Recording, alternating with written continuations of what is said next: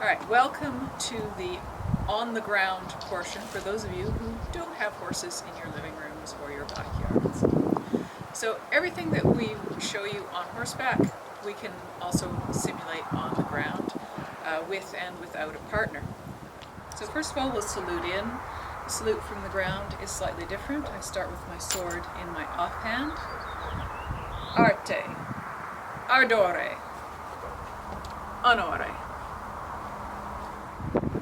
If you are inside, it might be helpful to do these exercises sitting down. So you can use an exercise ball. And that actually means that when you come up into Guardia Alta, you're not going to hit your ceiling. You can also use a chair, sit on a stool, or you can stand. And if you want to give your thighs an extra workout, you can go into the horse stance, and the lower you go, the better the workout. I can also use a dining room chair. When I sit on it, I want to sit with my legs apart. Remember, I'm on a horse, I'm not sitting side saddle. And turn this around so you can see. I want to sit towards the front of the chair. I'm not going to be sitting in a literal chair seat and reclining. I want to be up on my saddle with my hips over my heels, my shoulder over my hips and heels as well, just like I would on a horse. If you don't have a steel sword, a nylon sword will do, a long stick will do, a broomstick, just unscrew the broom handle, that might be nice, or the broom whisk. Anything that's about 3 feet long is a good simulator. So first of all, we're doing single intention attacks. And before we do that with a partner, we're just going to warm up our cuts. So we can take our horse stance and imagine that the horse is out in front of you and you are going to cut a mandrito and a reverso, and a rising cut and a rising cut off to your side. You do the same thing over your horse's head. Mandrito, reverso, rising cut, not hitting your horse in the head. Rising cut. And then off to the left side. Mandrito, reverso, rising reverso. This one is quite tricky. A rising mandrito on the offside. It's pretty awkward, but it's nice to do just for balance. Now, put your sword in your other hand. Do the same thing all over again. So, off to the left. 1, 2, 3, 4. 1, 2, 3, 4, and over the horse's head. 1, 2, 3, 4. We can also grab a chair.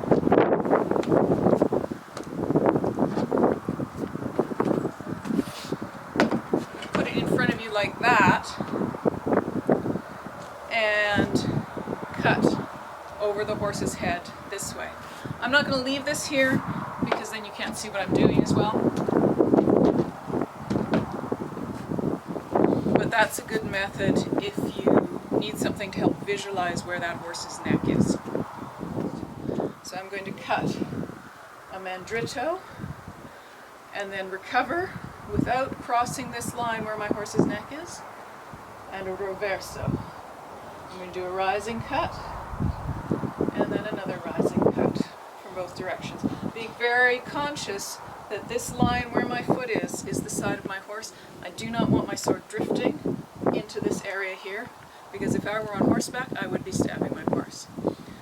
So after you've done your 4 cuts, 1, 2, 3, 4, we come to the center, cut over the horse's head, 1, 2, 3, 4, and off to the left side, 1, 2, 3, 4. Then you switch that all again, and do it with your left hand.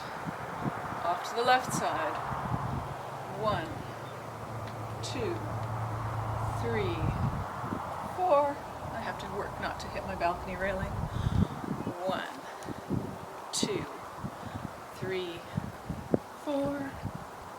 1, 2, 3, 4. And back to bear crochet. Okay. Now, with a partner, if you have a partner at home you can work with, they don't need to know a lot about sword play. They just need to be a body. If you don't have a partner at home, just imagine that they're there, or put a big pillow on a chair, something to simulate a target for yourself. So now I have set up a chair to be my imaginary target. I've got my opponent's head is right about here, their body here, and their hips are about where my hips are. And this is sort of about the distance away we would be. My opponent's knee would be here, mine would be here. And just at a standstill, I'm going to deliver a variety of attacks to my opponent. So a mandrito, a reverso. I'm going to do a rising cut over my horse's head to my opponent. And I'm going to do a rising cut over my opponent's horse's head. So just get used to those motions all the time, keeping track of where those two horses are, because we don't want to hit even our opponent's horses, because we like our horses. Now I'm going to do this, I'm going to bring Chris in, and we're going to do this with a partner. Your partner doesn't have to have any particular sword skills to help you out with this drill. I can just stand here, I don't even need my sword. I'm holding this stick to represent my horse's head. He could also hold a stick to represent his horse's head, but at the moment he's just holding his hands like this to represent his reins. So he's going to deliver those cuts to me. He's going to deliver a mandrito to my left shoulder, and a reverso to my right shoulder, and then he's going to do a rising cut over my horse's head to my head, and then a rising cut over his horse's head to my head. So as you can see, with the horses involved, you do have to lift those rising cuts. We can't just deliver up, straight up this way, because I've just gone through my horse's head. So now Chris is going to do the same thing in motion. He's going to ride past me and deliver a cut, and then he's going to come around the other side and do the same thing. And I'm just going to stand here and be a dummy while he delivers these cuts.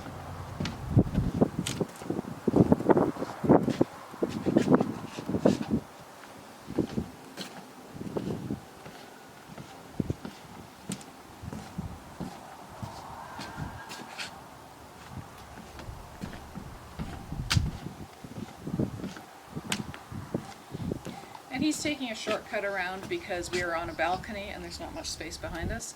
But imagine that there would be a horse's rear end back there. Okay, now we are going to do this, and we are both going to be in motion.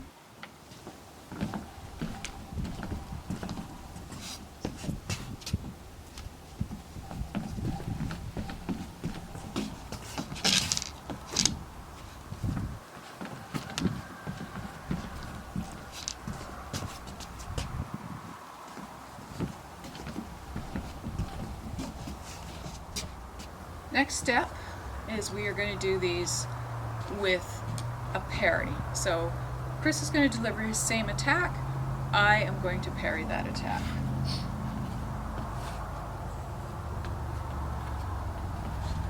So you can build this up the same way. If Chris comes and stands in front of me again, we can do this from a standstill. So starting on the right shoulder, he delivers a mandrito. I parry, starting the left shoulder, parry, starting in Dente El Chingara, parry, and between the horses, parry, and you can practice this as well with one person walking or with both people walking. Let's both walk.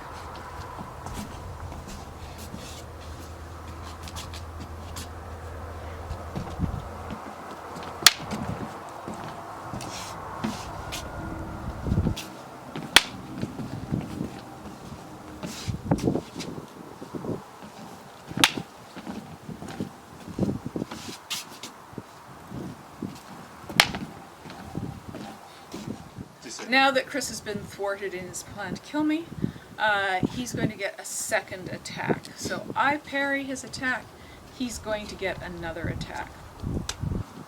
So from a standstill again,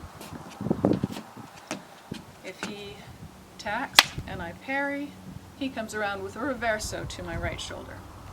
If I parry this one, he comes with a mandritto.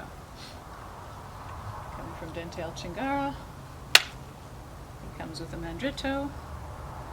This one's a little bit trickier, so as he comes up, he's got to do a very tight turn to come around for another mandritto. So again, we can do this in motion.